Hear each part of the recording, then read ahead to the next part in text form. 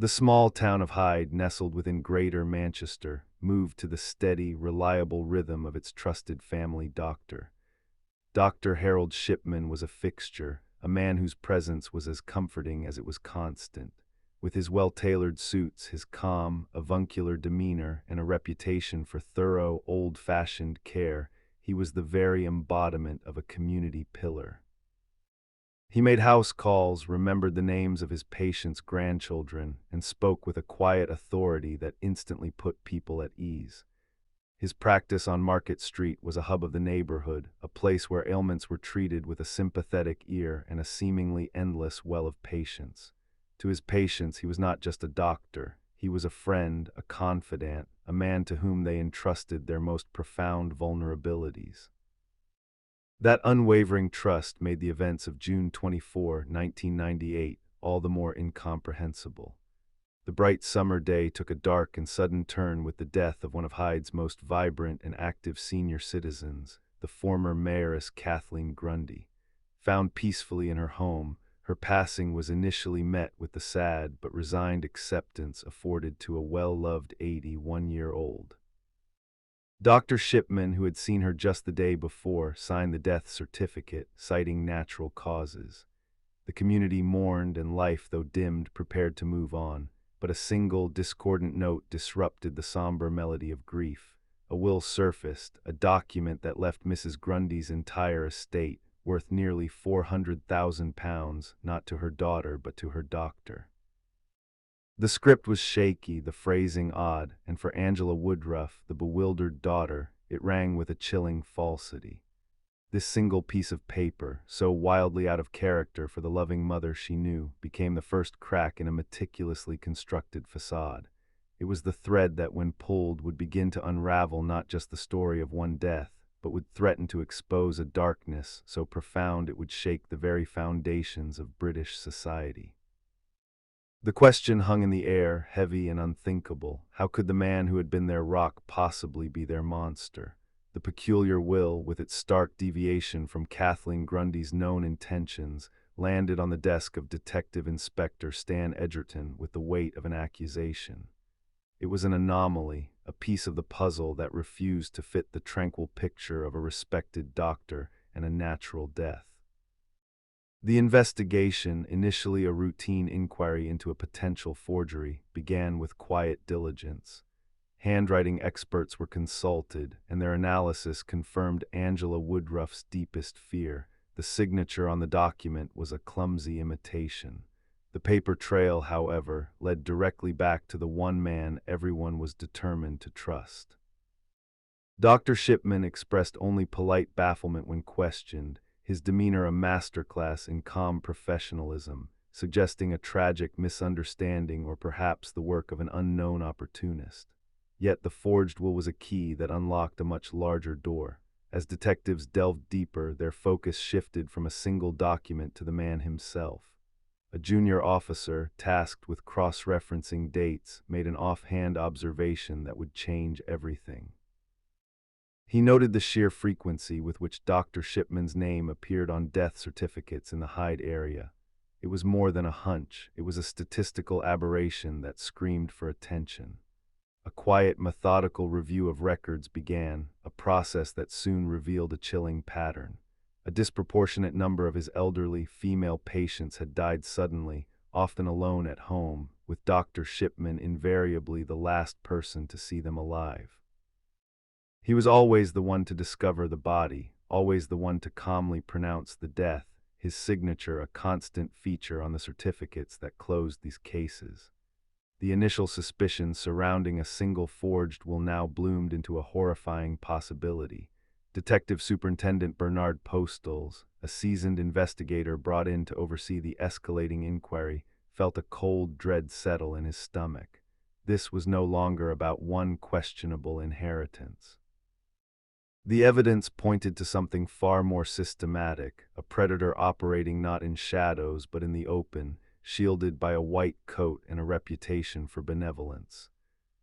The investigation team, a growing unit of determined men and women, began to view every natural death certificate signed by Shipman not as a conclusion, but as a potential crime scene.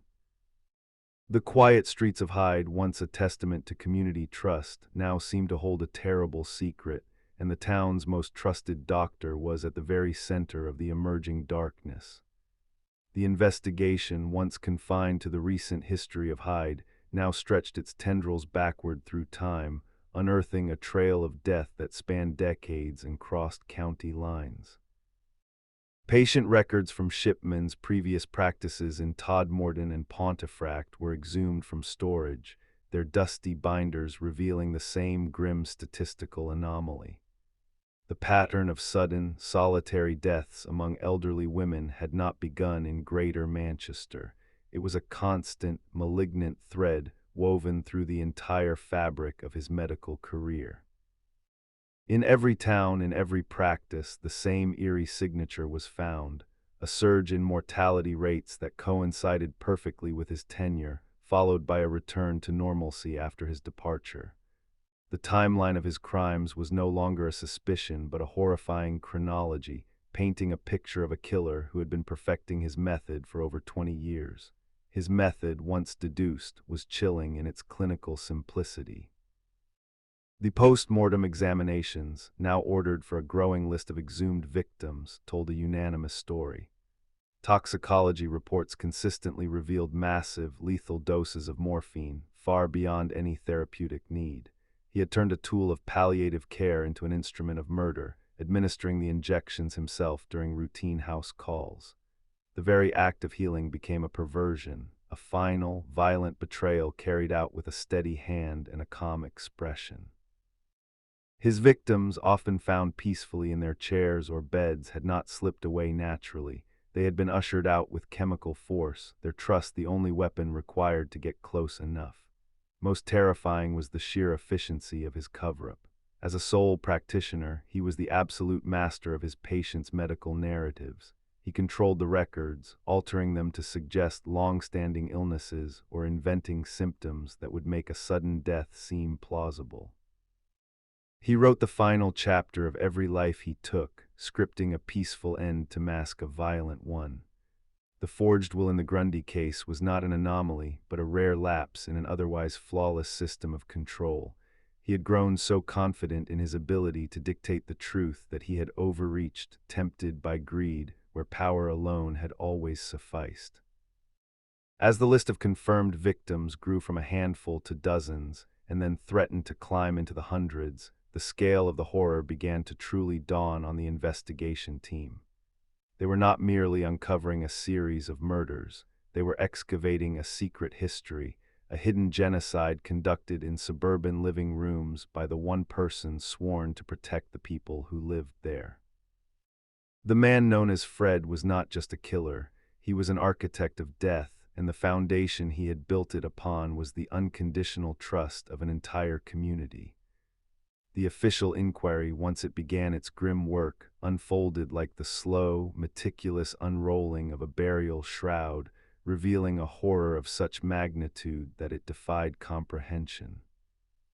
The Shipman inquiry, led by Dame Janet Smith, became a monumental exercise in forensic accounting of death, its findings landing with the force of a physical blow. The numbers, when finally tallied, were not just statistics. They were a void, a chasm of stolen lives that swallowed all previous understanding of criminality. 215.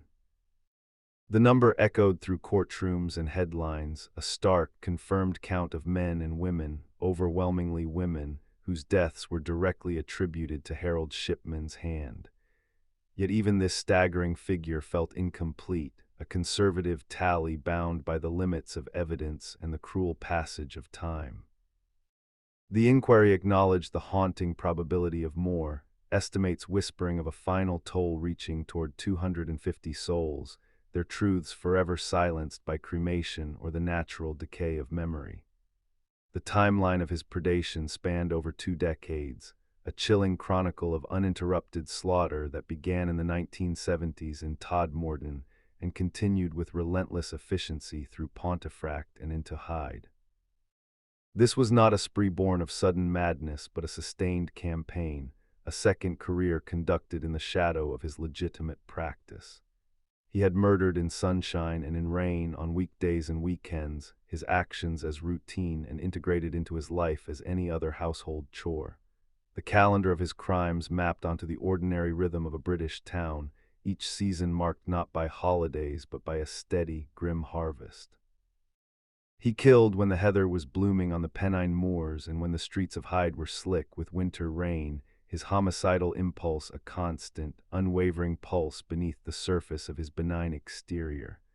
At the heart of this vast, calculated cruelty lay a profound and specific betrayal. His victims were not chosen at random, they were selected for their vulnerability and their trust.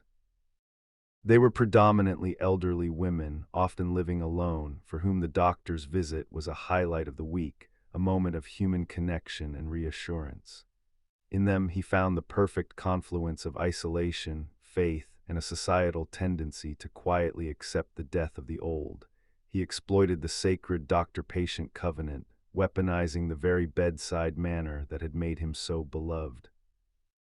The home visit, a tradition of medical care meant to provide comfort and dignity, was perverted into a final, terrifying isolation.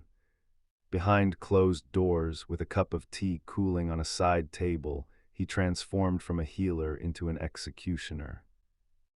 The scale of the horror was not just in the numbers, but in the intimate, devastating nature of each loss. A grandmother, a neighbor, a friend, each one extinguished not by a stranger in a dark alley, but by the reassuring figure they had welcomed into their homes with a smile and absolute trust. The question that hung heaviest in the wake of the staggering revelations was not how, but why. Why would a man of education and standing, entrusted with the care of an entire community, systematically destroy the very people he was sworn to protect? The inquiry probed, psychologists theorized, and a horrified public grappled for an answer that could somehow frame the unimaginable within a recognizable human framework. The theories were as chilling as the acts themselves. Some spoke of a grotesque God complex, a need to wield the ultimate power over life and death, to play fate with a syringe. Others pointed to a deep-seated need for control, a compulsion to orchestrate every detail of his patients' final moments, to be the sole author of their endings. There were whispers of a twisted addiction not to a substance, but to the act itself, to the secret knowledge and the absolute authority it conferred. Yet all these explanations felt insufficient, mere sketches attempting to capture a monster of incomprehensible depth. The only person who truly knew the motive took that final, definitive answer with him to his grave, leaving behind a void of understanding as profound as the void of lives he had created. His trial at Preston Crown Court in 2000 was a somber, clinical affair, a necessary legal ritual to formalize what the evidence had already screamingly declared. The conviction on 15 counts of murder and one of forgery was a foregone conclusion, the life sentence that followed a mere formality. The true sentence had already been passed by the world outside the courtroom, which now knew him not as Dr. Shipman, but as one of history's most prolific serial killers. Justice, in its limited, earthly form, had been served, but for Harold Shipman, the controlled narrative he had crafted for over 2 decades was finally and utterly beyond his reach. He could no longer dictate the story. On the morning of January 13, 2004, in his cell at Wakefield Prison, he used bedsheets to hang himself, orchestrating one final, solitary act of control, a last, spiteful refusal to ever be truly known or examined by the society he had so utterly betrayed. His death did not bring closure, but it did cement a legacy of necessary, painful reform. The shockwaves from his crimes reverberated through the very foundations of the British medical establishment, triggering a fundamental re-examination of trust and oversight. The Shipman Inquiry's recommendations led to sweeping changes designed to ensure such a breach could never happen again.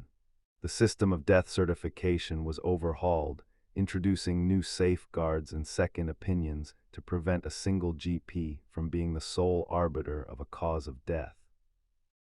Tighter controls were placed on the prescription and tracking of controlled drugs like morphine, creating an audit trail where none had existed. The role of the coroner was strengthened, and greater scrutiny was applied to the mortality rates of individual practitioners. The reforms were a monument to his victims, a permanent, systemic scar born from a national trauma.